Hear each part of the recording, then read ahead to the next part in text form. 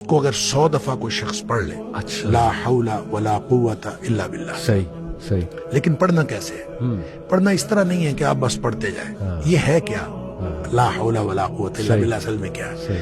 حول کا معنی بھی قوت ہے اور قوت کا معنی بھی قوت ہے. لا حول ولا قوت، یوں کہہ لیجئے نہ کوئی اجتماعی طاقت نہ کوئی انفرادی طاقت الا باللہ، سوائے اللہ کے. اللہ اکبر. یا نہ گناہ چھوڑنے کی طاقت نہ نیکی کرنے کی طاقت صحیح الا باللہ. یعنی یا تو ایک کو پازیٹیو بنا لے، ایک کو نیگیٹو بنا لے، یا ایک کو اجتماعی ایک کو انفرادی. صحیح. اب اللہ کے سامنے اس کو اپنا مسئلہ سمجھ کے نا، اپنا جو بھی مسئلہ ہے وہ سوچے صحیح اور سوچ کے اپنے اللہ کے سپرد کر دے. یا اللہ میری تو کوئی طاقت نہیں، نہ انفرادی نہ اجتماعی الا باللہ. ہاں تو عطا فرمائے طاقت تو ہو سکتی ہے. یوں میں اس کو کہتا ہوں یہ بے بسی کا کلمہ ہے. بے بس آدمی اپنے اللہ کے سامنے بے بسی کا اظہار کرے اس کلمے کے ذریعے. صحیح صحیح.